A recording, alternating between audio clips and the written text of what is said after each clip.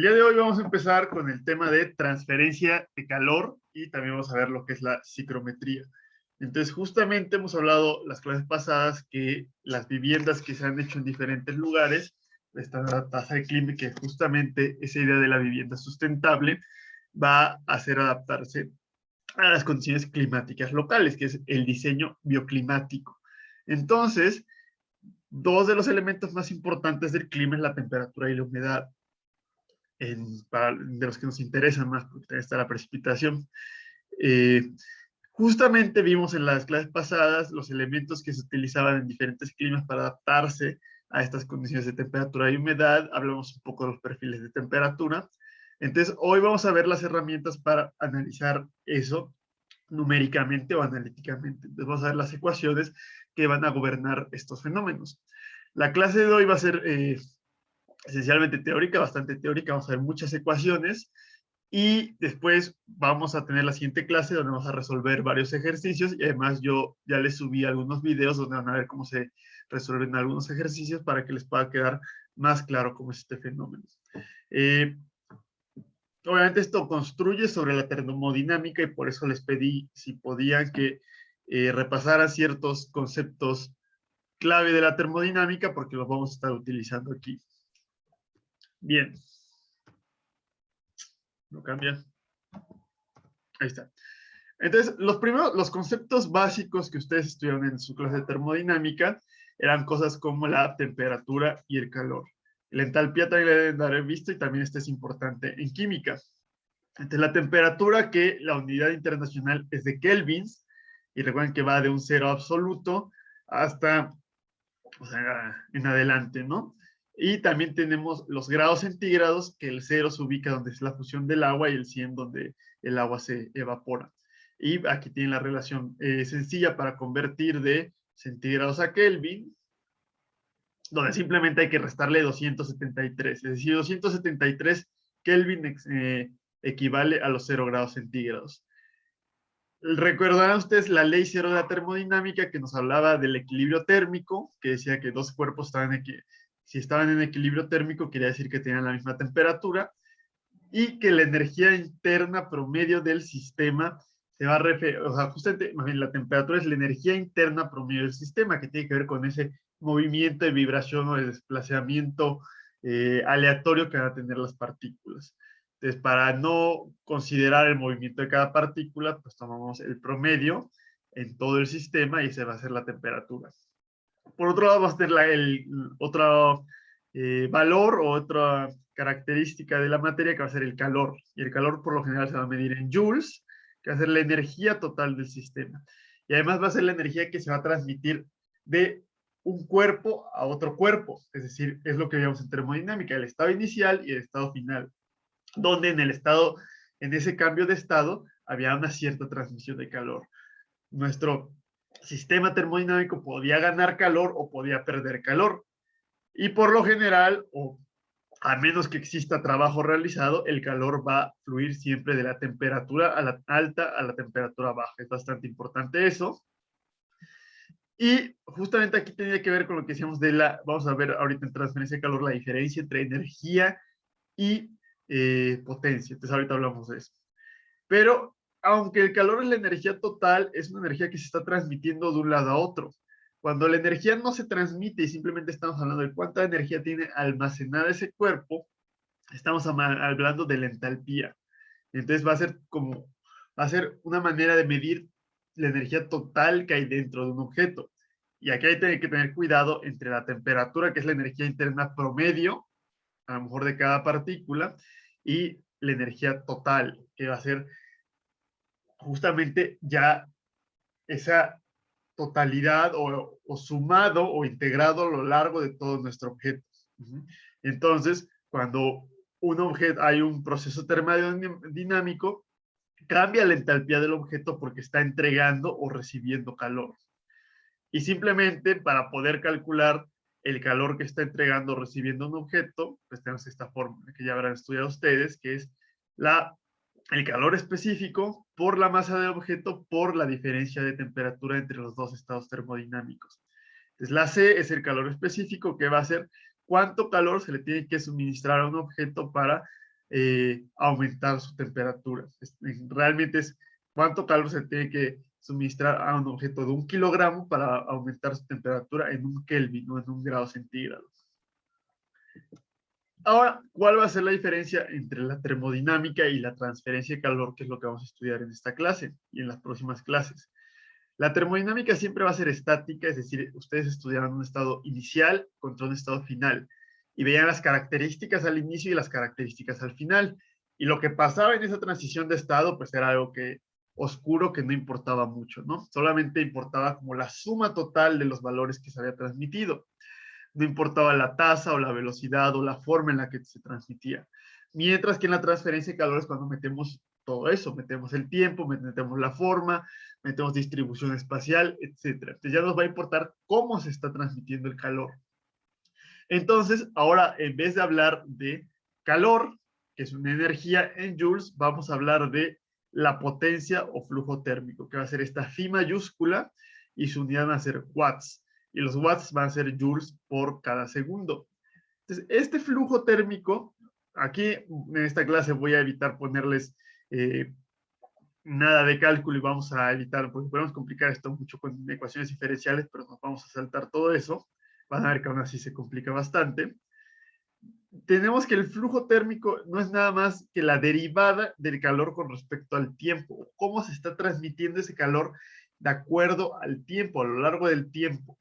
Entonces, por eso hablábamos nosotros en la clase de clima que la potencia es la energía que se está transmitiendo instantáneamente, es decir, cuando el tiempo, la diferencia de tiempo tiende a cero, y el calor va a ser a lo largo de un cierto tiempo.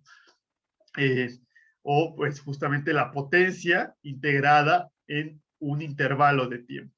Entonces, con transferencia de calor nos va a importar principalmente la potencia y flujo térmico. Y como vamos a estar trabajando con edificios, y en los edificios vamos a ver cómo se transfiere el calor a través de paredes, losas, etcétera, todos estos objetos van a tener un área. Entonces, nosotros vamos a querer ver cómo se comporta independientemente del área. Es decir, vamos a ver cuánto calor se está transmitiendo, a lo mejor por metro cuadrado, y ya después vemos si son 5 metros cuadrados o 20 metros cuadrados de superficie. Entonces, por eso vamos a hablar, todavía más importante que la potencia o flujo térmico, vamos a hablar de la densidad de flujo, que es una phi minúscula y van a ser watts por cada metro cuadrado. Entonces, es importante tener en cuenta estas dos magnitudes o estas dos variables que vamos a estar trabajando con ellas. La potencia o flujo térmico en watts, que es phi mayúscula, y la densidad de flujo o phi minúscula, que son watts por cada metro cuadrado. Bien, ahora sí. Ahorita también si tienen alguna duda en algún momento me van deteniendo, porque sí sé que no son tan sencillos estos conceptos. ¿Qué tipos de transferencia de calor vamos a tener? Van a haber 3 tipos de transferencia de calor, que va a ser la conducción, la convección y la radiación. Y vamos a hablar brevemente de estos 3 tipos en esta clase. Entonces, aquí intuitivamente, al estar calentando una olla, podemos ver cómo son los tipos de transferencia de calor. Entonces, la conducción es directamente a través del mango hacia nuestra mano. La convección va a ser en el movimiento turbulento que va a tener el agua que estamos calentando. Y la radiación pues va a ser justamente del fuego hacia la olla. Entonces, cada uno de estos fenómenos se va a comportar de manera diferente y hay que ver cómo podemos calcularlo. Obviamente aplicado a los edificios o a superficies planas que podemos encontrar en edificios usualmente.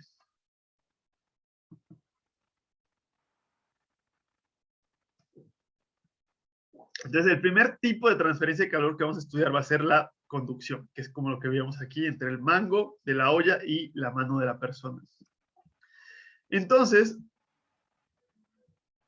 resulta que la conducción va a ser principalmente en sólidos, porque dijimos que la temperatura de un cuerpo tenía que ver con ese movimiento que tenían, esa vibración que tenían las partículas y un movimiento aleatorio, es decir, que no se están desplazando, sino que se están moviendo, avanzan y retroceden en el mismo lugar que tienen. Y entre más se mueva, más temperatura tiene. Y cuando sumamos eso en todo el objeto, tenemos la energía interna, que la vamos a medir con entalpía, ¿no? Entonces, si tenemos un objeto más caliente de un lado, pues se mueve más, y otro que se mueve menos junto, pues simplemente cuando están en contacto, pues le va a transferir parte de este movimiento a este objeto. Entonces, este se va a empezar a mover menos y este se va a empezar a mover un poquito más, que es lo que ustedes vieron un poco en sus clases de cinemática y dinámica cuando había colisiones, por ejemplo, que estamos transfiriendo la cantidad del momento eh, lineal que tienen los objetos. Entonces, justamente de esa manera va a haber una difusión del calor a través de la superficie, y justamente lo importante es que no se está moviendo el objeto. Aquí ni el metal se está fluyendo de un lado a otro, ni mi mano se está moviendo. Simplemente es porque la partícula le está pegando a la partícula de junto, y así poco a poco va aumentando la temperatura. Entonces, por eso se va a dar principalmente en sólidos. También se puede llegar a dar en gases o en líquidos, pero es importante que no se estén moviendo, porque si están moviendo vamos a empezar a tener la convección. Entonces, vamos a tener, imagínense que esto es un corte, tenemos una pared, tenemos a lo mejor el exterior y el interior, y en el exterior hace calor y en el interior tenemos aire acondicionado. Les dijimos que el calor fluye de la temperatura alta a la temperatura baja. Entonces va a fluir en este sentido el calor.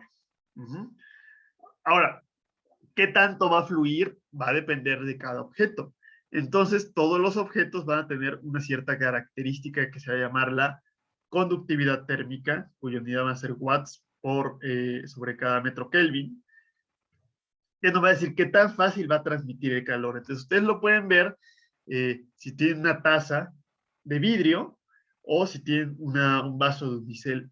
Entonces, si ustedes calientan esta taza, calientan un café dentro de la taza y tocan la taza, van a sentir que la taza está caliente, porque la taza tiene una gran conductividad y transmite fácilmente el calor hacia el exterior. Mientras que si ustedes toman su café en un vaso de unicel, van a ver que el vaso unicel no se siente caliente, porque el vaso unicel es un gran aislante, entonces su conductividad es muy baja. Y eso nos va a poder servir para calcular ciertas magnitudes adicionales. Entonces, el inverso de la conductividad, que es la facilidad para transmitir el calor, entonces, el contrario es la que tanto se resista a transmitir ese calor, y eso va a ser la resistencia térmica. Entonces, podemos decir que el unicel tiene muy baja conductividad o tiene una gran resistencia térmica. Es decir, los materiales que sean buenos aislantes van a tener una gran resistencia térmica, mientras los que sean malos aislantes van a tener una baja resistencia térmica. Entonces resulta que la resistencia térmica no solamente depende del inverso de la conductividad, sino que también depende del espesor. Es claro que no es lo mismo tener un unicel de este espesor contra un unicel de este espesor. El más grueso se va a resistir más todavía a ese flujo de calor. Entonces, cuando tenemos un cierto objeto, una cierta pared de cierto material con cierta conductividad y sabemos el espesor, podemos calcular su resistencia térmica. Y ya con eso, si sabemos la temperatura que hay en el lado caliente y la temperatura que hay en el lado frío, podemos calcular la densidad de flujo térmico, que va a ser simplemente una diferencia de temperatura entre la resistencia térmica que vamos a tener. Ahora, ¿por qué nos pone aquí la resistencia equivalente? Porque resulta que aquí yo le estoy poniendo un muro simple. Imagínense que es un muro de concreto o que es nada, es un muro de tabique. Pero rara vez los muros nada van a ser totalmente homogéneos o van a ser de un solo material. Muchas veces van a ser muros compuestos. O sea, a lo mejor es de concreto, pero en el interior tengo un aislante térmico. O es de concreto y tengo un aplanado por acá y otro aplanado, un aplanado de cal por fuera o un aplanado de yeso por dentro, ¿no? Como sea, entonces de cualquier manera, cuando tengo varias capas de mi muro, entonces cada capa va a tener su propia conductividad porque es un material específico, y cada capa va a tener su propio espesor y cada capa va a tener su propia resistencia. Entonces, lo que puedo hacer simplemente va a ser sumar todas las resistencias para obtener una resistencia equivalente, que ahorita les voy a decir por qué resistencia equivalente, y así vamos a poder calcular el flujo que está pasando a través de toda la pared, de todas las capas. Y vamos a ver esto, también esto nos va a servir sobre todo en los ejercicios, que entre cada capa, aquí vamos a saber que la temperatura disminuye linealmente. pero entre cada capa va a haber una cierta temperatura que podemos calcular para poder graficar ese perfil de temperatura como lo veíamos en el iglú. Entonces, esta resistencia térmica no es al azar que se llame resistencia. Resulta que vamos a poder hacer algo que se va a llamar la analogía eléctrica. Entonces, esto tiene mucho que ver con la clase que ustedes estudian de electricidad, termodinámica, principios de termodinámica y electricidad y magnetismo, ¿no? Entonces, resulta que nosotros podemos reducir este sistema de transferencia de calor a un sistema de electricidad, que también no es la única analogía que se puede hacer. No sé si les habrán hablado que en las presas a veces hacen sistemas análogos eléctricos, porque el flujo de agua se puede modelar de manera similar a la corriente eléctrica. O también con el flujo subterráneo, que ustedes habrán estudiado en comportamiento de suelos, hay una forma de modelarlo con una superficie conductiva y ver más o menos cómo son esas líneas de flujo abajo de una presa, por ejemplo. Entonces aquí simplemente vamos a tener un nodo donde vamos a tener una temperatura, que puede ser la temperatura caliente, otra temperatura, y van a estar conectadas por justamente este era el símbolo eléctrico de resistencia, y vamos a tener nuestra resistencia térmica. Y justamente de un lado a otro va a estar fluyendo este flujo. La analogía es que la resistencia térmica es análoga a la resistencia eléctrica, que era en ohms.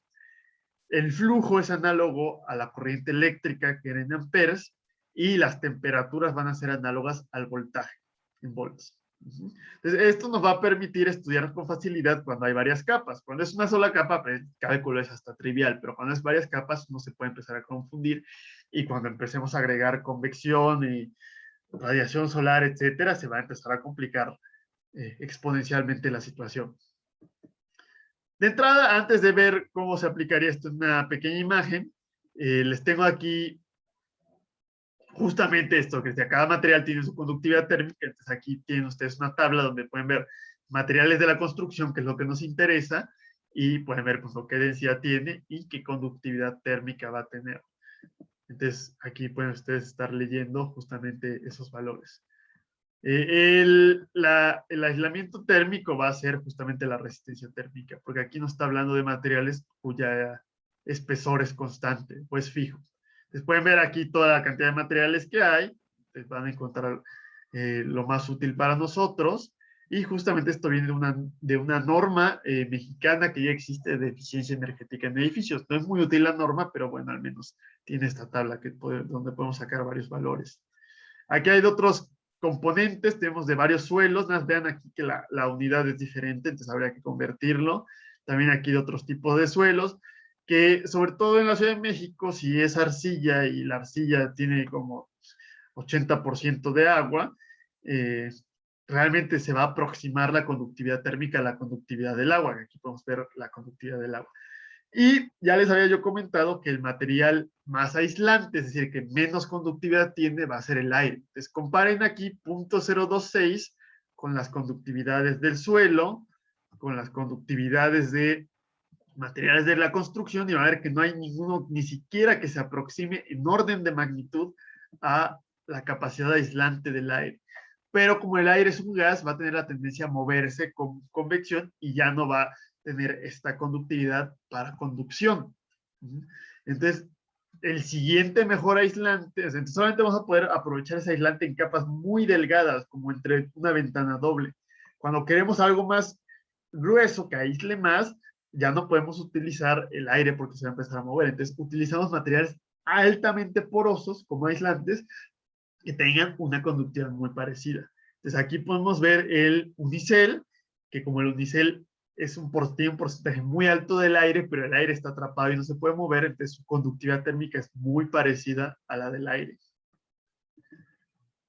Vamos a ver justamente aquí lo que les mencionaba. Si tenemos un muro de una sola capa que tiene una temperatura exterior y una temperatura interior, como estábamos hablando en una simplificación de estado estable y estacionario, es que no hay cambios con respecto al tiempo, entonces la disminución de la temperatura a lo largo del muro va a ser siempre una línea recta. Entonces, es importante que cuando la grafiquen como una línea recta.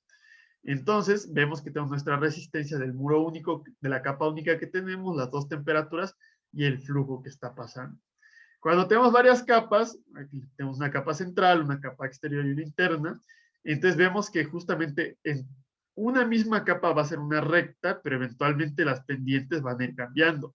Te les digo que justamente en esta interfaz va a haber una cierta temperatura que tenemos que calcular para poder graficar esto, que la calculamos con esta fórmula, que a cada temperatura le vamos restando la multiplicación del flujo por la resistencia. Y así va disminuyendo. Entonces vamos a tener una resistencia por cada una de las capas.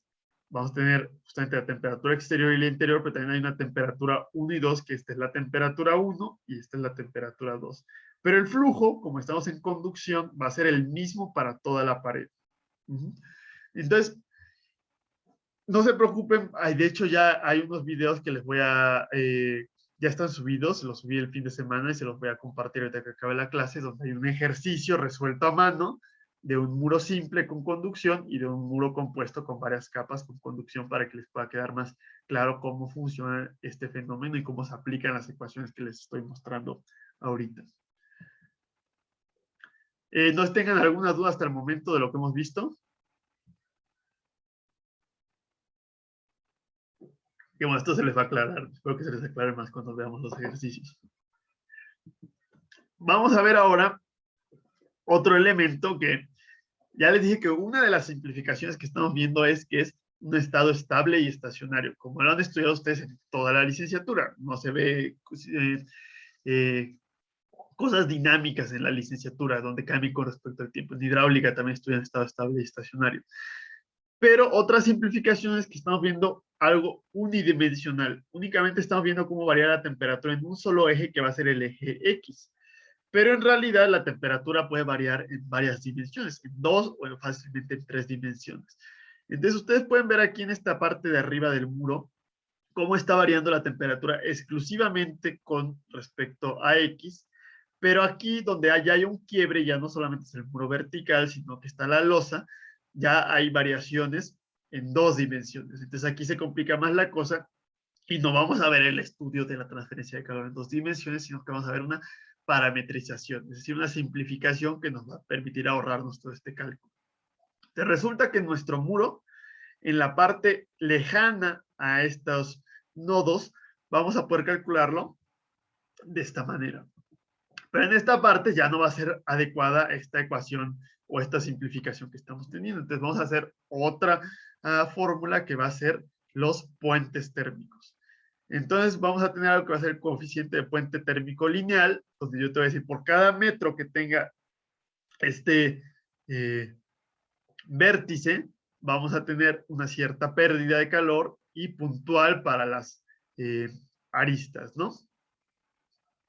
Entonces justamente, si es así, no sé si sea al revés, ¿no? Bueno, aquí en las esquinas vamos a tener una pérdida puntual, que va a ser esta psi P de psi puntual, y a lo largo de esta frontera entre dos muros vamos a tener el coeficiente térmico puntual, que va a ser justamente psi. Entonces, para obtener el flujo en watts, recuerden que aquí estamos calculando la densidad de flujo. Entonces, esta densidad de flujo tenemos que multiplicarla por el área de todo el muro.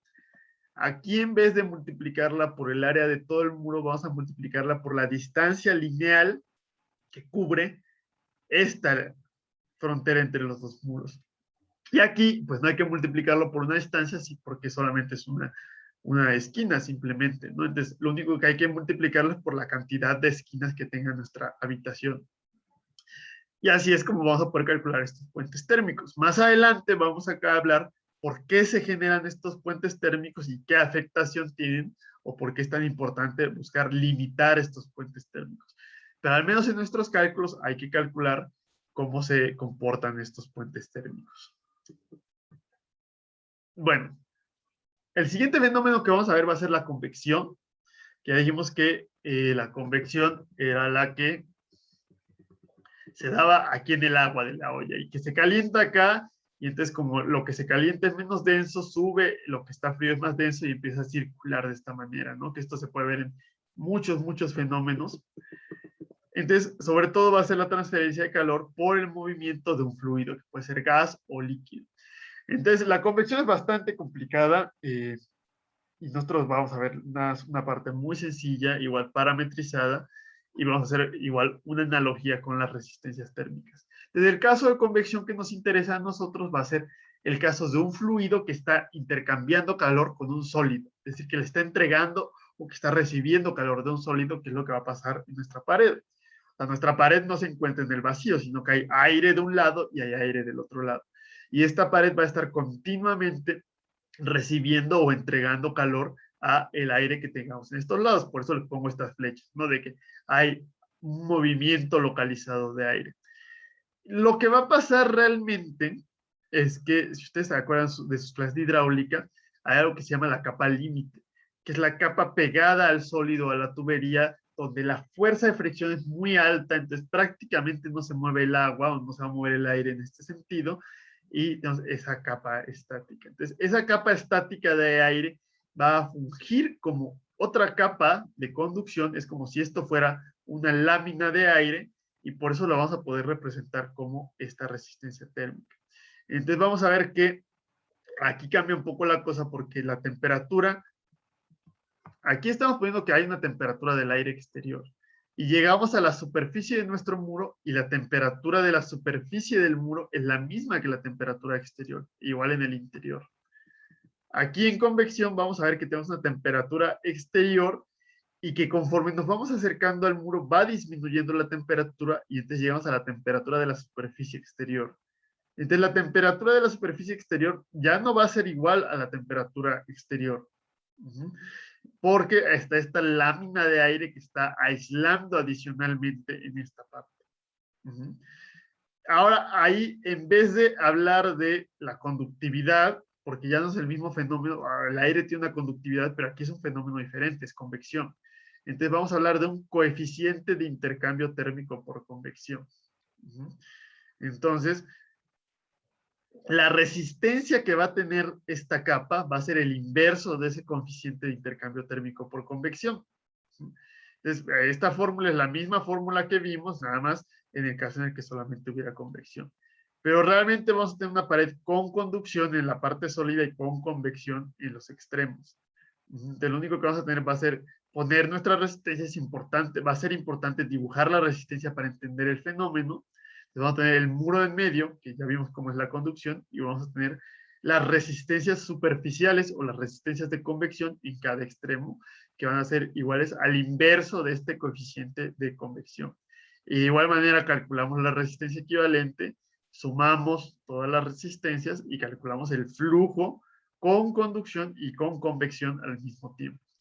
Entonces también hay un video que ya hice donde se resuelvo un ejercicio para que vean cómo funciona este fenómeno de convección.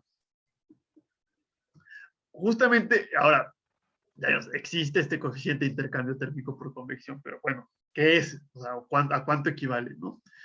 Entonces vamos a tener, es la resistencia superficial estándar y vamos a tener dos casos donde tenemos un valor estandarizado y simplificado para ciertos tipos de paredes o donde lo podemos calcular.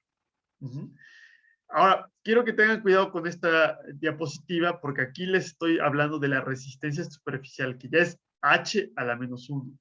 Entonces, si tenemos una pared vertical, es decir, un muro que tenga una inclinación de más de 60 grados, es decir, no necesariamente tiene que ser estrictamente vertical, hay unos valores estándar donde nos podemos ahorrar cualquier cálculo. Sabemos que en el exterior la resistencia superficial va a ser 0.13 y en el interior 0.04. Y si tenemos una pared horizontal que tenga un flujo térmico ascendiente, es decir, aquí vemos que hay un sentido en el flujo entre mayor temperatura y menor temperatura, pero el flujo puede ir en el sentido contrario. Y en el video les voy a explicar el significado del sentido de este flujo, que realmente es algo un poco arbitrario. Tiene que ver con el signo que va a tener nuestro resultado. Pero el chiste es que si el flujo va de este sentido a este sentido, es decir, en una pared vertical, no importa en el sentido en el que vaya, si va de adentro hacia afuera o de afuera hacia adentro, siempre vamos a tener estos valores. Pero en una pared horizontal, es decir, una losa, sí va a importar si el flujo de calor sube o el flujo de calor baja. Y de acuerdo a ese valor es que vamos a tener estas resistencias superficiales. Hay otra posibilidad que es cuando nos dicen qué velocidad de viento está incidiendo o está pegando sobre esta pared. Y ahí vamos a tener que calcularlo de acuerdo a una fórmula que va a depender de la velocidad del viento. Aquí hay que tener mucho cuidado. Aquí le estoy hablando, que es lo que digo, estas son las resistencias superficiales, que es H a la menos 1, pero cuando lo calculan con respecto al viento, sí tienen que trabajar con H. Esta fórmula es H, entonces tendrían que invertirlo o elevarlo a la menos 1 para poder obtener la resistencia superficial que van a meter ustedes aquí en su resistencias térmicas.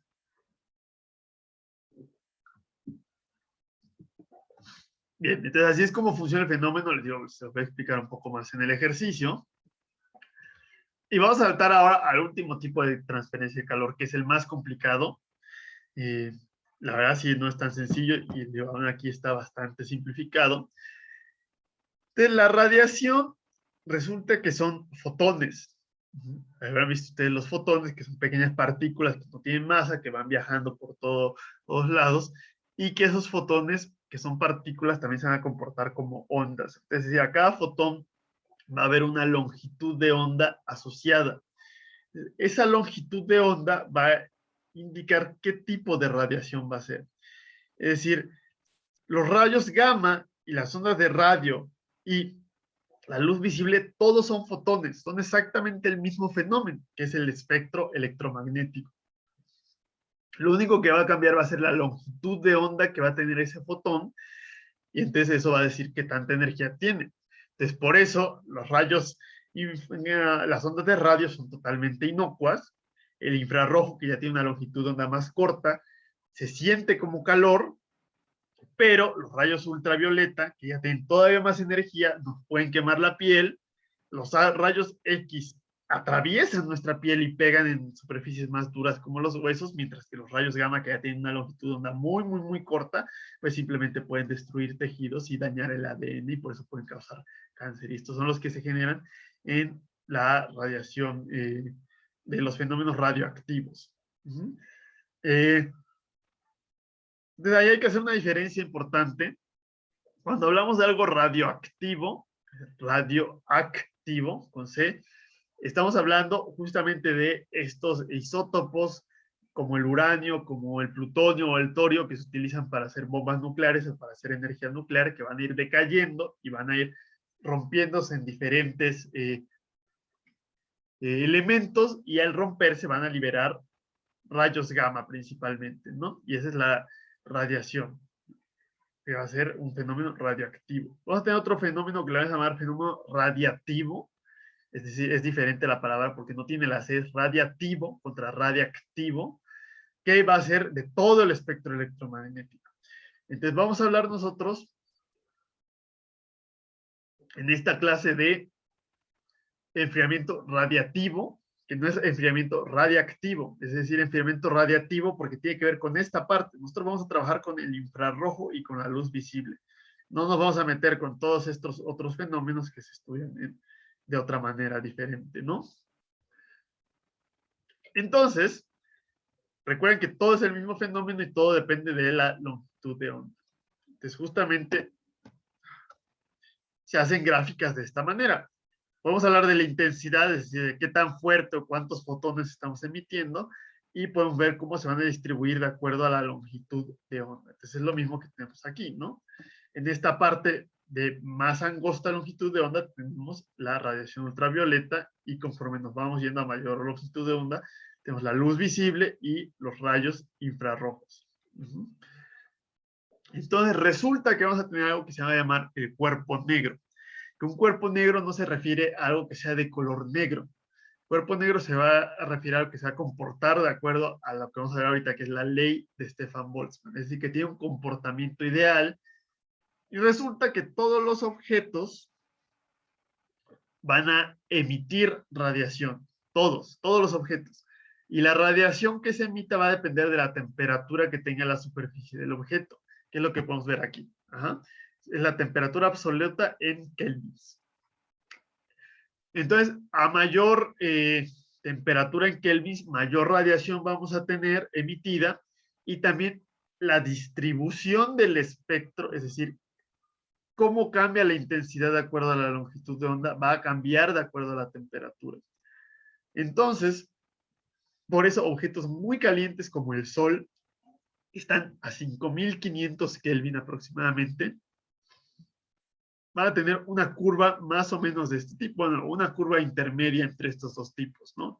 Entonces ustedes pueden ver que el pico de la emisión del Sol es en la luz visible, y por eso llegan rayos de luz que podemos ver, y eso nos permite, o sea, nuestros ojos han evolucionado para recibir esos rayos de luz y poder identificar los diferentes colores. Pero también eso quiere decir que va a llegar una parte de radiación ultravioleta, que es la que se bloquea principalmente en la capa de ozono, pero también una parte pasa y genera las quemaduras o envejecimiento de la piel. Y también va a haber una parte de radiación infrarroja, que es la que va a calentar. Pero resulta que otros objetos, conforme la temperatura va bajando, si ustedes se van dando cuenta, el pico se va moviendo hacia el infrarrojo y ya no está en la luz visible. Y la cantidad de luz visible que se está emitiendo es muy poca. Entonces nosotros, que tenemos una temperatura superficial de 30 grados, que son como 300 Kelvin, 305 Kelvin, ya no tiene nada que ver con estas curvas. Realmente, si graficáramos la curva en este mismo lugar, pues sería mucho más pequeña, mucho más aplanada la curva. Entonces, es varios millones de veces más pequeña la intensidad de radiación que estamos emitiendo, pero también la gran mayoría de la radiación que emitimos se va a emitir en el infrarrojo. Entonces ya no va a ser visible, por eso no brillamos nosotros, pero sí emitimos calor. Y ese calor que estamos emitiendo, en una gran parte va a ser la radiación. Entonces todos los objetos van a emitir radiación. La mayoría de los objetos en la Tierra, como están fríos comparados con la temperatura del Sol, no van a emitir una radiación visible. Y eso va a tener que ver con lo que decíamos del efecto invernadero. Es decir, el Sol emite en este espectro visible tan pequeño, y la atmósfera es transparente a esta radiación de onda corta, porque es más corta que la infrarroja. Entonces, la visible es onda corta y la infrarroja es radiación de onda larga. Entonces, el Sol emite en onda corta, llega a la superficie absorbe la onda corta y después la va a reemitir, pero en onda larga, porque la temperatura de la superficie es mucho menor que la del Sol. Y resulta que la atmósfera es opaca a la onda larga y va a absorber esta onda larga, y por eso va a aumentar la temperatura de acuerdo al efecto invernadero. Entonces, un fenómeno que sí podemos ver de cómo va cambiando esto en objetos que tenemos en la Tierra es cuando ustedes ven los carbones. El carbón es negro, y el carbón normalmente, si ustedes lo tienen en su bolsa, va a estar emitiendo radiación porque está a 20 grados a lo mejor, pero la cantidad de radiación que emite es muy baja. Después lo ponemos en nuestro asador y lo empezamos a calentar poco a poco. Le estamos agregando calor, va subiendo su temperatura, entonces la cantidad de radiación que está emitiendo va aumentando poco a poco. Ajá. Pero no solamente va aumentando la cantidad total de radiación, sino que se va distribuyendo, se va moviendo la curva de la longitud de onda. Por eso, cuando llega a cierta temperatura el carbón, vamos a empezar a ver que se pone rojo. Pero conforme se va calentando más, el carbón se va a poner blanco. Y también las flamas. Podemos ver que la orilla de una flama es roja, pero el interior de la flama, que es más caliente, es azul. Todo tiene que ver con esta curva que nos dice cómo va variando la intensidad y la distribución de la radiación que está emitiendo un cuerpo de acuerdo a su temperatura. Entonces, como ya dijimos que la radiación tiene que ver con fotones, es decir, yo tengo cierta temperatura y forzosamente estoy emitiendo radiación. Desde mi piel van a estar saliendo fotones, y esos fotones van a estar viajando en línea recta hasta chocar con alguna superficie, con una pared, por ejemplo. Entonces, cuando el fotón llega a esta superficie, hay tres cosas diferentes que pueden suceder. Una opción es que simplemente pegue en la superficie y rebote el fotón. La otra opción es que atraviese la superficie. ¿Qué es lo que podría pasar en una ventana? En una ventana los rayos del sol pues simplemente atraviesan la ventana. Algunos se reflejan, por eso a veces cuando uno ve una ventana de afuera no podemos ver lo que hay adentro, porque la radiación está pegando y se está reflejando. Pero otra parte va a entrar, por eso yo puedo estar adentro de mi casa y ver hacia afuera y ver la luz que está entrando a través de la ventana. Y resulta que otra cosa que va a poder hacer el fotón va a ser absorber la radiación. Y al absorber la radiación, eso va a aumentar la energía interna de nuestro objeto y va a aumentar la temperatura. ¿Qué es lo que pasa con nuestro cuerpo? Si yo salgo a mi terraza y me pegan los rayos del sol no van a atravesar mi cuerpo. A lo mejor algunos se van a reflejar, pero la mayoría se van a absorber y por eso voy a empezar a sentir calor, porque está empezando a calentar la superficie de mi piel. Entonces, como la totalidad de los fotones puede hacer cualquiera de estas tres cosas, el porcentaje de los fotones que se reflejan, más el porcentaje de los fotones que se transmiten, más el porcentaje de los que se absorben, tiene que ser 100%. No puede ser mayor o no puede ser menor, porque solamente pueden ser una de estas tres cosas. Es decir, entonces vamos a hablar para cada superficie de un índice de reflectancia, que va a ser ρ, un índice de transmitancia, que va a ser tau, y un índice de absortancia, que va a ser alfa. Es decir, en vez de trabajarlo con 50%, vamos a hablar 0.5.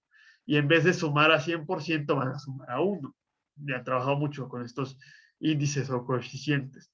Entonces, es decir, la suma de la absortancia más la reflexión más la transmisión tiene que ser igual a 1. Alfa más rho más tau es forzosamente 1. Ajá. Lo que va a pasar es que para las superficies opacas, como un muro de concreto, la transmitancia es cero, es decir, no puede pasar nada de luz de un lado a otro del muro. Pero para una superficie como un vidrio, claro que va a pasar una gran cantidad. Entonces aquí les tengo las cantidades para el vidrio y podemos ver que la transmitancia es aproximadamente del 70, del 80%. Pero aún así va a haber una cierta cantidad que se está absorbiendo y una cantidad que se está reflejando.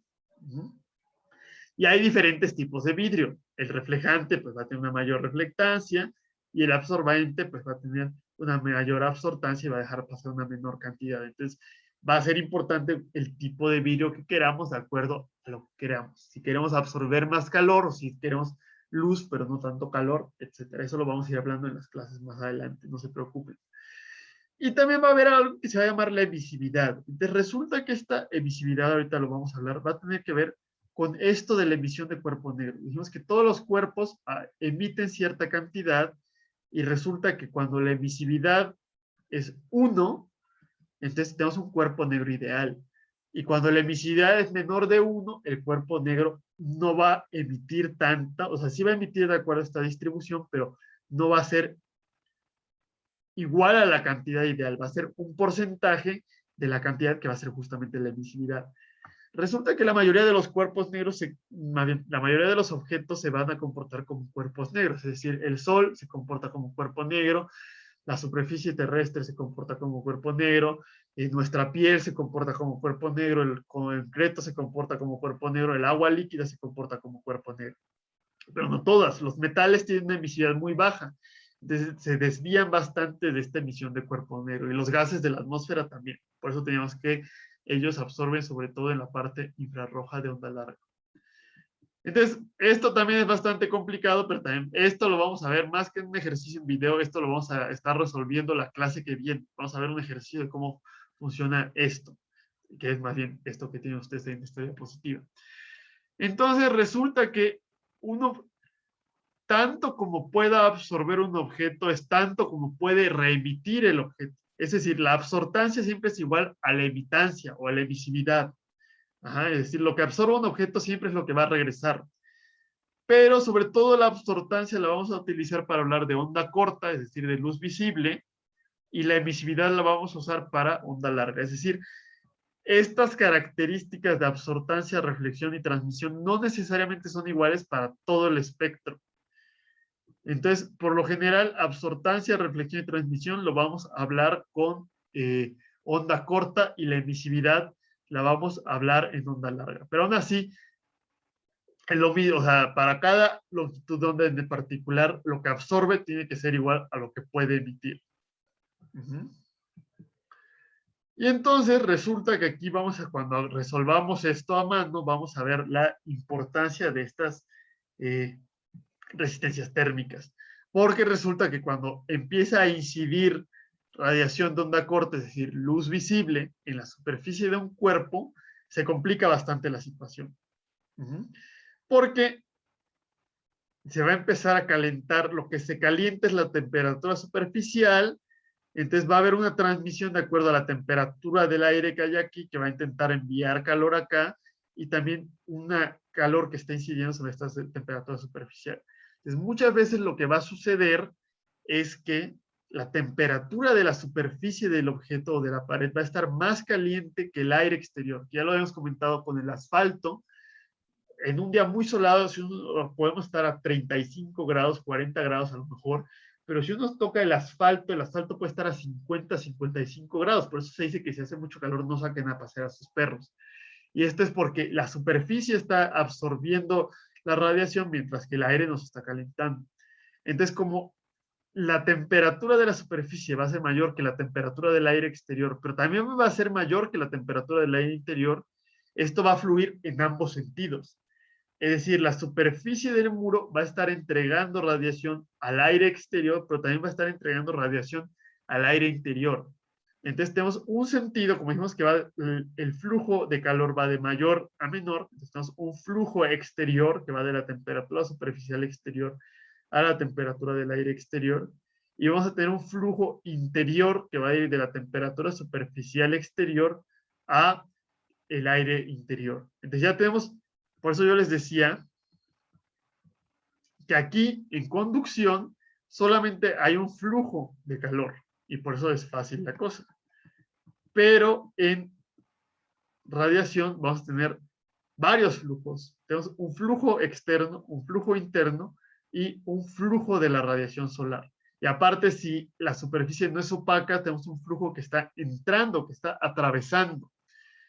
Entonces, resulta que esta resistencia térmica la podemos partir en varios elementos. Entonces, yo puedo calcular aquí mi phi, que va a ser igual a la diferencia de temperaturas entre la resistencia, y aquí puedo calcular otro flujo de acuerdo a la fórmula que vimos en conducción.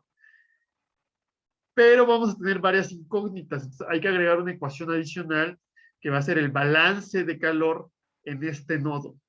Entonces, simplemente es igual que como veíamos en hidráulica y es igual que como hacían ustedes en electricidad con sus leyes de Kirchhoff, cuando veían circuitos, ¿no? Lo que está entrando tiene que ser igual a lo que está saliendo, no puede acumularse porque estamos en un estado estacionario.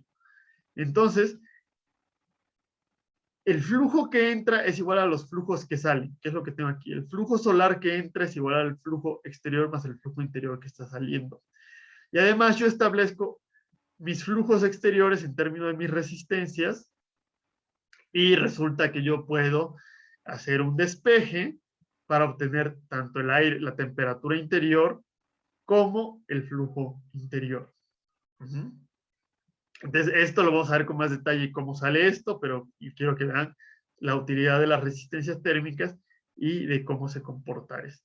Este flujo solar además va a tener una complicación adicional que aquí en esta imagen ustedes pueden ver que los fotones están incidiendo perpendiculares a la superficie.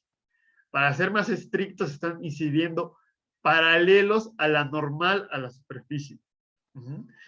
Si incidieran con un ángulo diferente, que es lo que podemos ver aquí, hay que proyectarlo a la normal de la superficie. Entonces vamos a tener que multiplicar por el coseno de del ángulo que se forma entre los rayos del sol y la normal de la superficie. Cuando sea en 3 dimensiones, vamos a tener hacer una proyección de un ángulo de un vector a otro vector en 3 dimensiones. Entonces, si ustedes recordarán sus clases de álgebra lineal o de geometría analítica, entonces vamos a tener que multiplicar por 2 cosenos. Y eso también lo vamos a mencionar un poco en la clase pasada, en el siguiente.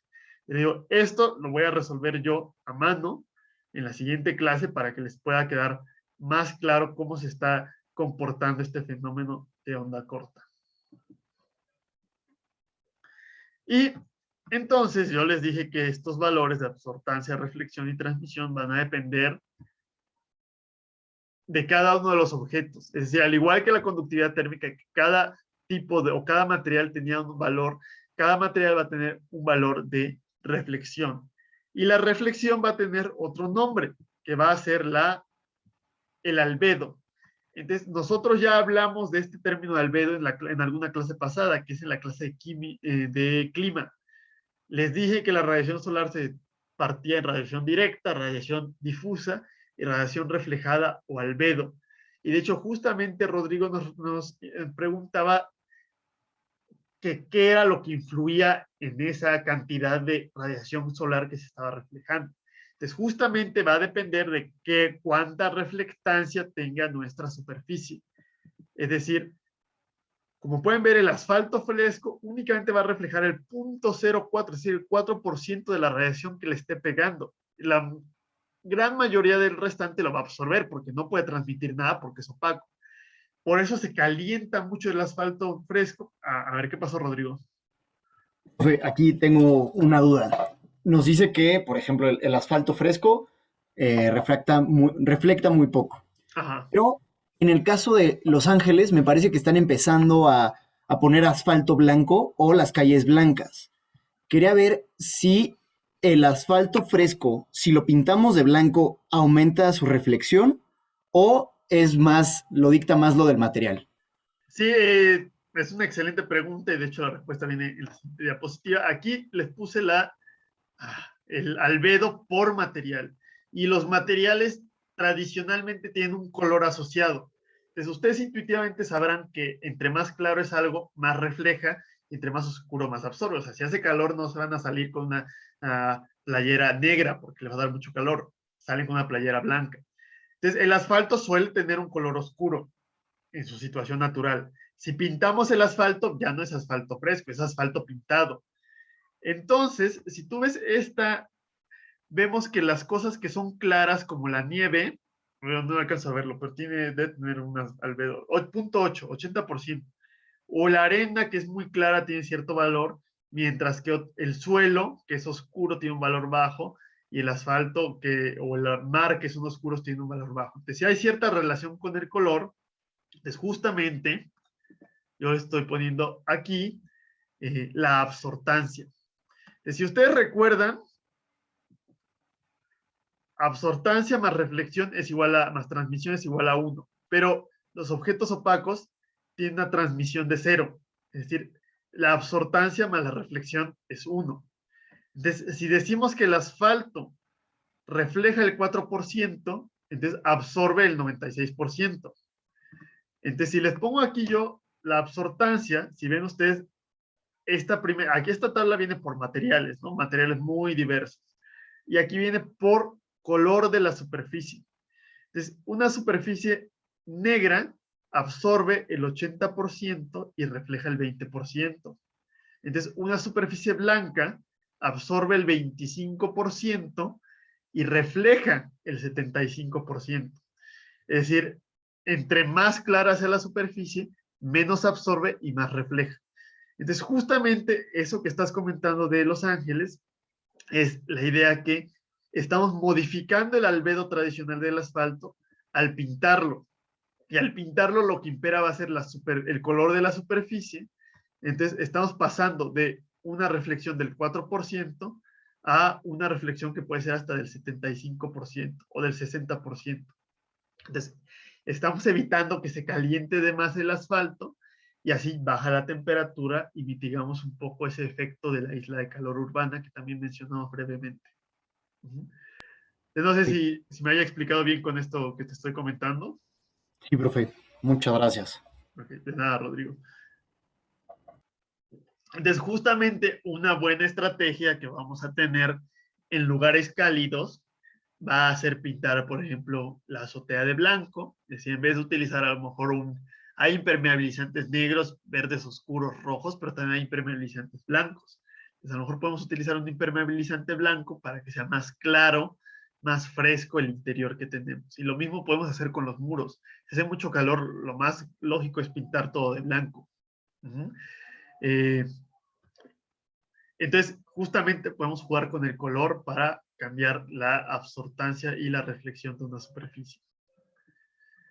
Ahora, esto va a ser de, hasta el momento la discusión ha sido de la radiación incidente de onda corta. Entonces, la onda corta es la radiación solar. Pero dijimos que todos los objetos, a ver, déjenme regresar, todos los objetos emiten cierta cantidad de radiación que de acuerdo a su temperatura. Todos los objetos. Nosotros también estamos emitiendo radiación constantemente. Entonces, justamente esa radiación, les dije que iba a ser, a ver, perdón, iba a ser el infrarrojo o la radiación térmica. Entonces,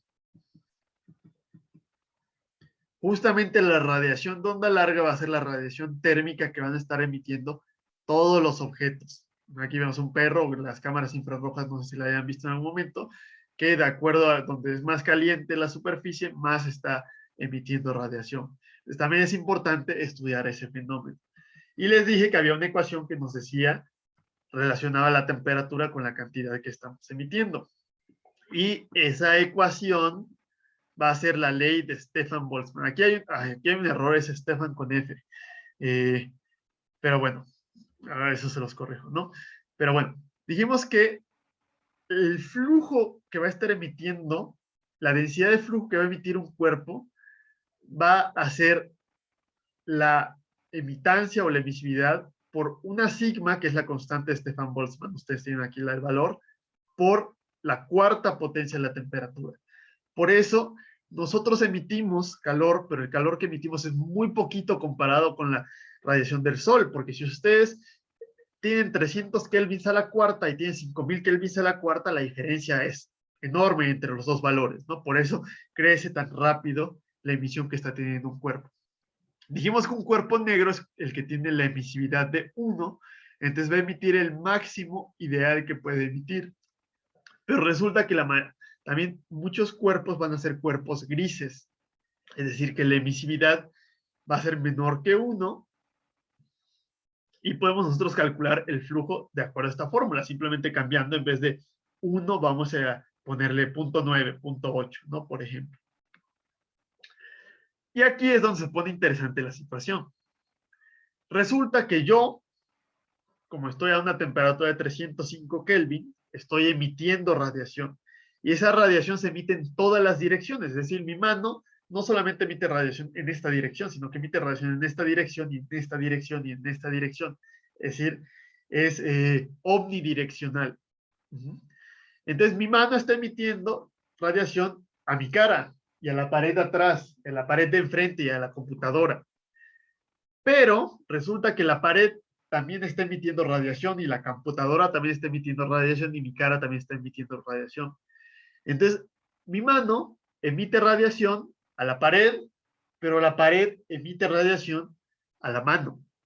Entonces, el flujo radiativo neto que vamos a tener, o el flujo de calor, pues va a ser la diferencia entre lo que mi mano le envía a la pared menos lo que la pared le envía a mi mano. Entonces, por eso una superficie va a emitir de acuerdo a su área, porque aquí ya estamos hablando del flujo en watts, por la diferencia de temperaturas entre mi mano y entre la pared, por ejemplo, o entre cualesquiera dos superficies que queramos nosotros estudiar. Aquí es muy importante que siempre esto lo van a trabajar en kelvins. Les voy a hablar un poco de cuándo podemos trabajar en kelvins y cuándo podemos trabajar en grados centígrados, pero esto sí es muy importante trabajarlo en kelvins, si no vamos a cometer un error importante. Pero viene ahí todavía lo más interesante. Yo les dije que mi mano estaba emitiendo a mi cara y estaba emitiendo a la pared. Y la pared va a emitir a la mano. Pero entonces del 100% de la radiación que está emitiendo mi mano, una parte se va a ir a mi cara y una parte se va a ir a la pared. No se va el 100% a la pared, que sería todo este flujo. Entonces por eso hay que calcular el porcentaje que mi mano le está enviando a la pared con respecto a todas las otras superficies que puede ver. Entonces, eso se va a llamar el factor de forma. El factor de forma entre la superficie y la J depende de la distancia entre las dos superficies y el ángulo que tienen estas superficies. Entonces, ese factor de forma que nos dice qué porcentaje corresponde a ese intercambio entre dos superficies en particular es algo muy complejo. Realmente el cálculo es muy, muy, muy difícil. hay varias formas de calcularlo. Todo esto que les estoy comentando viene principalmente en uno de sus libros que viene en la bibliografía, que es el Transferencia de Calor y Masa de Sengel. A lo mejor ustedes en termodinámica trabajaron con el de termodinámica de Sengel. Entonces aquí yo ya les puse otro. Y ahí en el Sengel el problema es que habla de placas y de láminas, es transferencia de calor a lo mejor en un radiador de un carro, de una computadora, que es algo que no nos interesa tanto a nosotros. Es poca la discusión que habla sobre la transferencia de calor en paredes o en edificios, pero bueno, si les interesa calcular el factor de forma a mano, ahí viene cómo hacer cálculo, que es bastante complicado.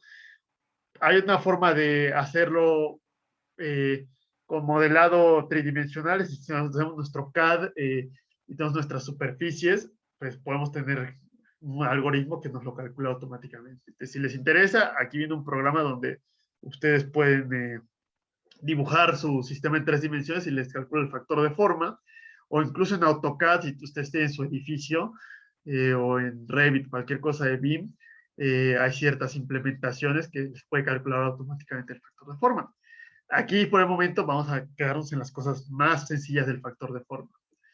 Entonces, supongamos que tenemos un cuarto, ¿no? Una casa que es como un cubo, un paralelepípedo, y que esté en un llano muy amplio. Es decir, no hay edificios próximos, no hay árboles, todo es plano, plano infinitamente. Resulta que vamos a tener algo que le vamos a llamar la bóveda celeste, que es justamente el cielo que tenemos en todos lados, es una bóveda porque es un semicírculo. Entonces, el techo va a emitir cierta cantidad de radiación porque está a una temperatura, siempre va a emitir radiación de onda larga, ¿no? Radiación térmica. Entonces, este techo se le va a enviar a todos los objetos que puede ver, pero resulta que este techo exclusivamente puede ver la bóveda celeste, no puede ver nada, no puede ver esta pared, no hay realmente una línea recta que podamos trazar entre este techo y esta pared por afuera. Ajá. Entonces, el factor de forma entre el techo y la bóveda celeste es de 1. Es decir, toda la radiación solar que esté, más bien, toda la radiación térmica de onda larga que esté emitiendo el techo, se le va a enviar a la bóveda celeste. Entonces, si yo quiero calcular el flujo entre el techo y la bóveda celeste, uso esta fórmula, tengo el área del techo, el factor de forma entre el techo y la bóveda celeste, que va a ser de 1 por el sigma, por la emisividad del techo, por la emisividad de la bóveda celeste, entre la diferencia de temperaturas entre el techo y la bóveda celeste. Resulta que la bóveda celeste es un cuerpo negro, entonces la emisividad de la bóveda celeste es 1. Cuando tenemos una pared, resulta que la mitad de la radiación la va a enviar al suelo y la mitad de la radiación la va a enviar a la bóveda celeste. ¿Ah? Esto obviamente se va a complicar muchísimo más en una ciudad donde ya hay un edificio enfrente y hay otras cosas. Entonces ahorita les platico cómo se comportaría la situación en ese caso. Pero en este caso muy sencillo, así se calcula y resulta que la bóveda celeste tiene una temperatura que depende si es día o noche. El primer valor es de día, el segundo es de noche, y si está despejado o si está nublado, ¿no? Entonces con esto ustedes pueden calcular cuánto está perdiendo de radiación eh, un objeto a la bóveda celeste. Entonces, la lectura de esta clase va a tener que ver con el enfriamiento radiativo que se puede obtener con la bóveda celeste.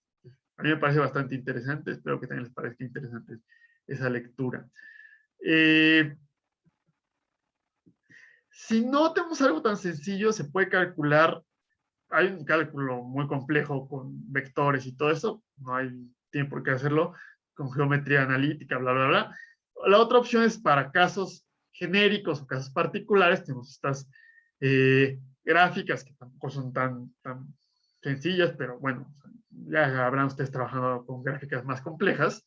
Entonces nos dice, por ejemplo, tenemos dos superficies que se están viendo una frente a la otra con ciertas dimensiones, entonces yo puedo calcular cuál es el factor de forma entre estas superficies. Un detalle importante del factor de forma es que aquí le estoy poniendo el factor de forma entre I y J, es decir, si I es el techo y J es la bóveda celeste, hay un factor de forma de cuánto le entrega el techo a la bóveda celeste. Pero también hay un factor de forma JI, que sería el cuánto le entrega la bóveda celeste al techo. Y ahí es muy importante que no son iguales. el techo le entrega el 100% a la bóveda celeste, pero la bóveda celeste no le entrega el 100% al techo, porque también le entrega una parte a esta pared, a cada una de las paredes. Entonces es importante que FIJ no es igual a FJI. Entonces siempre hay que tener en cuenta qué dirección estamos calculando esto. Entonces si tenemos dos muros, por ejemplo en una ciudad, si tengo una fachada y en la otra calle, enfrente de la calle otra fachada, pues puedo calcular la emisión que hay entre ambas superficies. O si tengo dos superficies adyacentes, entonces puedo tener mi fachada y puedo tener la calle, entonces puedo ver cuánto le está entregando la fachada a la calle leyendo estas gráficas. Y aquí es donde se complica más. Igual para esta ecuación les subí un video que van a ver después de la siguiente clase para ver de dónde sale, pero como ven, pues ya se complica cuando ya no es solamente una superficie a la que le estoy entregando, sino que puede ser dos superficies, y cuando combino que la superficie de mi muro está recibiendo radiación solar, pero también está emitiendo radiación de onda larga, es decir, hay radiación de onda corta y radiación de onda larga, y también hay convección, y también hay conducción, sale una fórmula bastante complicada. Y analizando esta fórmula, todas estas son variables que ustedes pueden conocer, pero si ustedes ven, lo que me está interesando es el flujo interior, porque me interesa cuánto calor está entrando al cuarto, porque eso va a tener que ver con las cargas sensibles en ventilación, en calefacción, en HVAC, etcétera, y también eso va a depender, la temperatura interior va a depender de cuánto calor está entrando. El flujo interior es el que entra a la habitación. Entonces, por lo general, por eso le estoy dando aquí las ecuaciones con el flujo interior despejado. Entonces aquí ven que no tiene mucha complicación, que de hecho esta ecuación es esencialmente la misma que la otra. No es muy diferente, ya lo van a ver. Pueden ver que el flujo interior está despejado, pero del lado derecho de la ecuación hay un flujo interior también. Y es imposible, o sea, van a ver que no hay forma de poder despejar el flujo interior, porque aquí está elevado a la cuarta el flujo interior y es un binomio. Entonces, pues se complica la cosa, ¿no? ¿Cómo puedo calcular el flujo interior en términos del flujo interior? Entonces eso se tiene que iterar. Ustedes ya vieron algo así en hidráulica cuando tenían la fórmula de Colbrook-Wright o Nicorazzi, que tenían el factor F de fricción afuera y el factor F de fricción adentro. Entonces, igual en el video que les voy a subir, viene un poco explicado cómo se puede resolver esta ecuación para la radiación emitida, que lo van a tener que hacer para su serie, ¿no? Todas estas ecuaciones las van a tener que utilizar para la serie número 1. De hecho, después de esta clase ya pueden resolver como hasta el ejercicio 7 de la serie número 1. Entonces les recomiendo que empezaran a trabajarlo. Y les dije que en onda larga va a haber también una emitancia, es decir, que tanto se aproxima al cuerpo negro.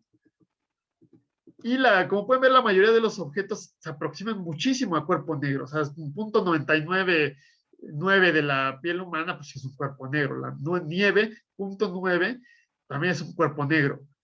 Hay solamente algunos, como los metales, que tienen muy baja emisividad. Entonces, casi no se comportan como cuerpo negro. Pero la mayoría de los objetos sí es idealmente como cuerpo negro. Y aquí lo interesante con lo que nos preguntaba Rodrigo es que resulta que la emisividad no depende del color del objeto. Pueden ver ustedes que yo les ponía acá atrás superficie, color de la superficie, pero aquí en la tabla de emisividad simplemente aparece pintura, incluyendo blanca. Entonces la pintura negra tiene una emisividad de 0.9. La pintura gris tiene una emisividad de 0.9.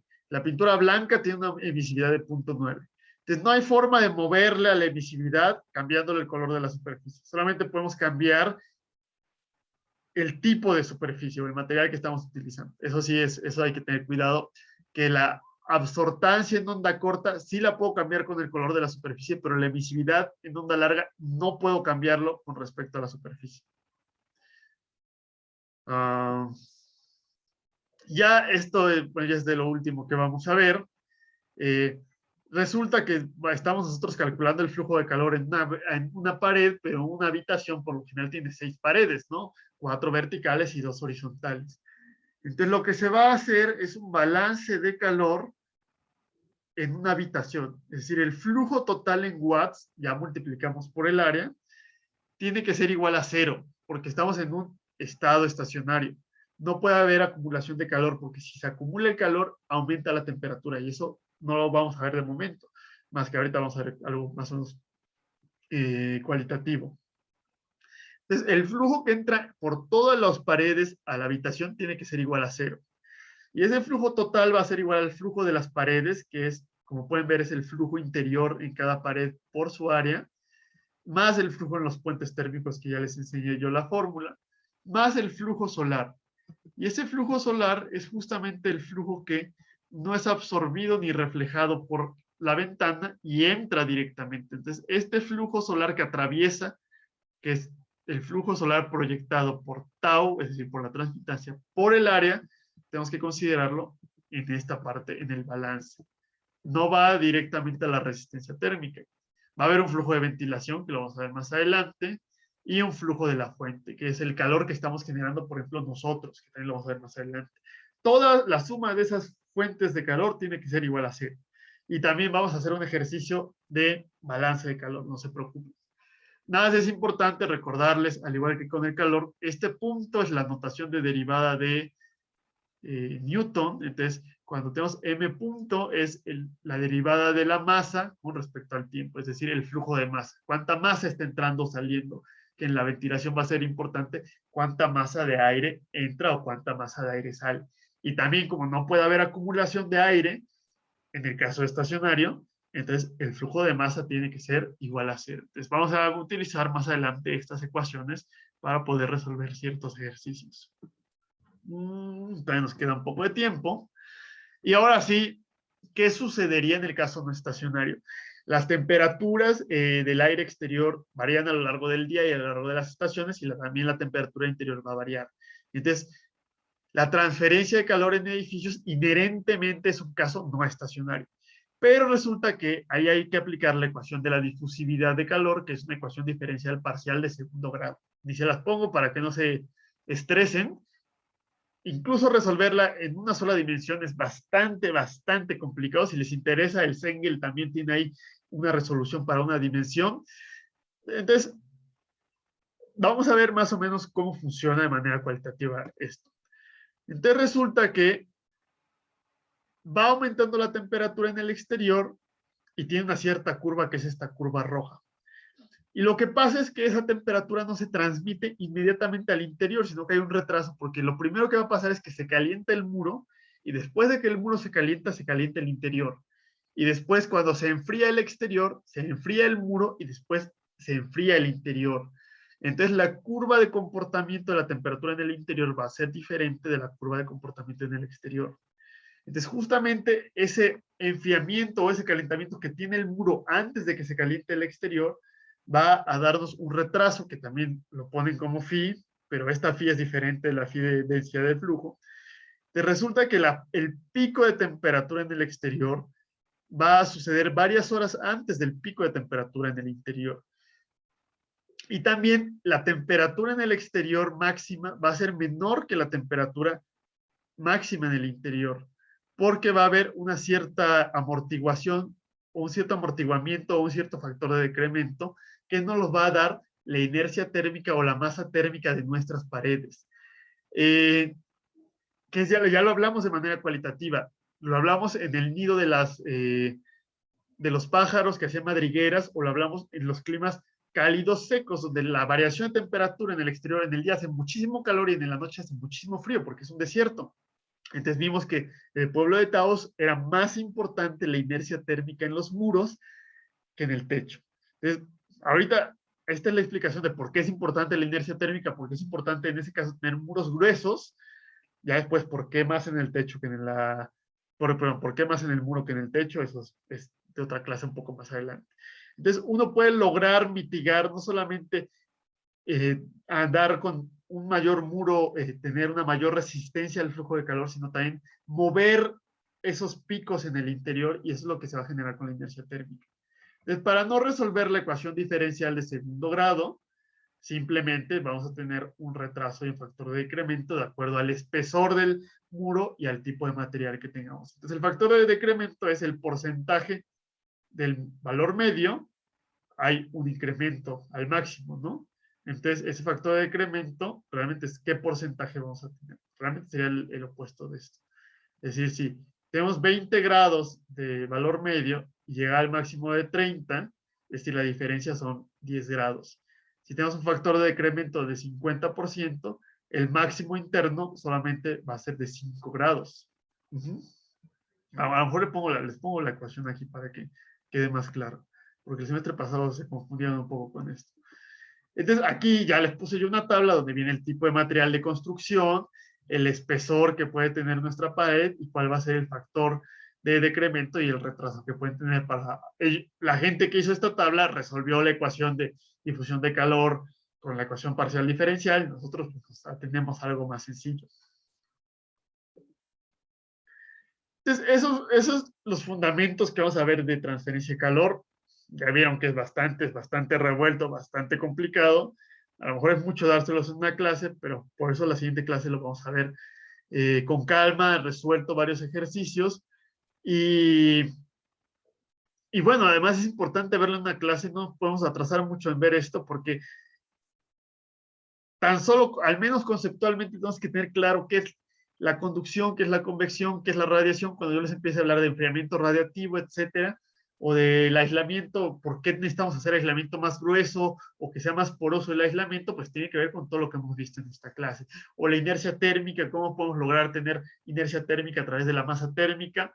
Pues todo depende de estos conceptos, que es importante que internalicen un poquito. Quiero comentarles que cuando sea el examen de esta clase, eh, no va a venir ecuaciones, no van a venir números ni valores. De hecho, el examen de esta clase es conceptual. No se preocupen por eso. La parte de números y ecuaciones la van a resolver en la serie y la vamos a resolver en los ejercicios. Entonces, por último, vamos a ver el diagrama psicométrico. Ya les había hablado yo un poco del aire húmedo en su clase de clima. Tenemos que dar unos minutos y acabamos esto. Resulta que el aire va a ser una mezcla de aire seco, que es oxígeno, nitrógeno, argón, dióxido de carbono, bla, bla, bla, ¿no? Y una cierta cantidad de vapor de agua, es decir, va a ser agua en estado gaseoso. ¿Por qué lo separamos entre aire seco y aire húmedo? De entrada porque las propiedades termodinámicas y químicas son diferentes y porque el vapor de agua es altamente variable. Entonces, a nosotros nos va a interesar trabajar con el aire húmedo, que es la mezcla de estos dos gases, aire seco y vapor de agua. Entonces, si recordarán ustedes sus clases de química, que estoy casi seguro que les hablaron de la ley de Dalton, resulta que las características de la mezcla de gas va a ser la suma de cada gas individual. Es decir, el volumen del aire húmedo es el volumen del aire seco más el volumen del vapor de agua. La densidad del aire seco del aire húmedo es la densidad del aire seco más la densidad del vapor de agua. Y la presión del aire húmedo es la presión del aire seco más la presión del vapor de agua. Por eso hablamos, y ya se lo mencioné en la clase de clima, de presión parcial de aire seco y presión parcial de vapor. Entonces, resulta que vamos a tener un diagrama psicométrico, se llama psicométrico, psicro, no psico, no es psicología, que va a relacionar estas variables del aire seco y el aire húmedo y todas las características que pueda tener. Solamente necesitamos conocer dos variables, es decir, por ejemplo, su densidad o su entalpía o la temperatura y la humedad relativa, etcétera, para poder conocer todas las otras variables. Es la gran utilidad que tiene. Muy importante que con dos variables podemos conocer todas las otras variables y que es un diagrama para cada presión. Entonces, cuando hagan ustedes la serie, yo les voy a decir para tal localidad, entonces ustedes tienen que obtener el diagrama para cierta localidad. Si ustedes ven Google Classroom, hay un PDF que tiene el diagrama psicométrico, pero creo que es a nivel del mar. El que les va a servir más para sus series y para cualquier cosa adelante es este diagrama que es interactivo, donde ustedes pueden escoger la densidad de la presión que tenga la presión atmosférica de acuerdo a la altitud y también le pueden, o sea, en vez de estar leyendo así con lupa, ustedes le dan clic en el punto y les da todos los valores. Y entonces les presento el diagrama psicométrico. Este es justamente el interactivo, donde yo le doy clic aquí y me pone los valores. De hecho, este cursor rojo me está diciendo que en este punto tenemos estos valores. El eje horizontal es la temperatura de bulbo seco, que es la temperatura tradicional que ustedes conocen. El eje vertical es la humedad absoluta, que ya dijimos que es la cantidad de vapor que hay por cantidad de aire seco.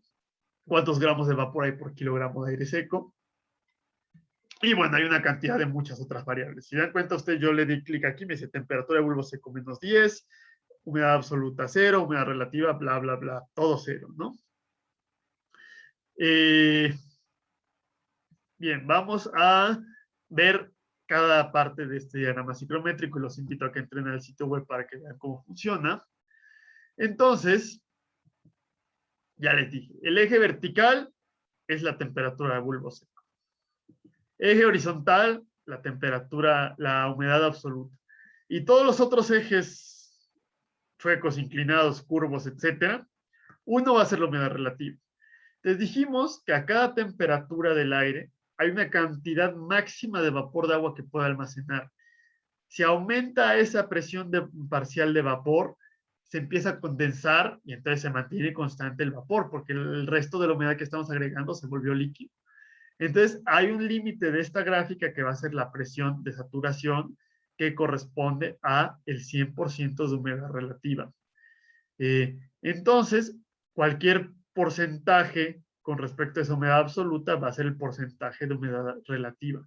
Y ese porcentaje de humedad relativa cambia de acuerdo a la temperatura. Es decir, si yo estoy a 10 grados y tengo aire saturado, pero lo caliento, resulta que va a bajar a 20% la humedad relativa, aunque la humedad absoluta no cambió. Entonces, yo puedo ver, de acuerdo a la temperatura y a la humedad relativa, saber cuál es la humedad absoluta del aire en cuestión. Otro valor que vamos a tener va a ser la temperatura de bulbo húmedo, que también ya se las mencioné brevemente. Les dije que cuando había 100% de humedad relativa, la temperatura de bulbo seco y la temperatura de bulbo húmedo era igual. Entonces revisen, 20 grados de bulbo húmedo, 25 grados de bulbo húmedo, 25 de bulbo seco. 35 de bulbo seco, 35 de bulbo húmedo. Pero que si la humedad relativa baja, entonces baja y es menor la temperatura de bulbo húmedo que la temperatura de bulbo seco. Y esto va a tener que ver con el enfriamiento evaporativo, que tenemos que hablar de él más adelante. Y ya otro valor que vamos a tener de acuerdo a la temperatura y la cantidad de vapor de agua es el volumen específico, que es el inverso de la densidad. Es decir, la densidad son kilogramos por metro cúbico y el volumen específico es metros cúbicos por kilogramo. Entonces, nada, el volumen específico a la -1 es igual a la densidad y también va a ser importante en varias ecuaciones que vamos a ver más adelante. Y ya por último, la entalpía, que les dije que la entalpía era la medida de la energía total almacenada en nuestro objeto. La entalpía específica pues, es la energía almacenada por unidad de masa. Entonces, igual a cada valor de todas estas otras variables, hay una entalpía específica particular. Y la entalpía específica va a ser importante cuando veamos ciertas transformaciones como el enfriamiento adiabático, enfriamiento evaporativo, bla, bla, bla, ¿no? Entonces va a ser importante también leer eventualmente la entalpía húmeda. Entonces les recomiendo que entren a este sitio web y pues vayan jugando, vayan moviendo esto para poder ir viendo cómo se comporta el aire húmedo. Y esto, hay unas ecuaciones que uno puede graficar esto, pero no se las estoy poniendo porque ya fue suficiente confusión con todo lo demás, ¿no? Entonces, ya casi se acaba la clase, bueno, más bien ya se acabó la clase, ya se acabó el tiempo de clase. Entonces, vamos a dejar de grabar, vamos a dejar de grabar.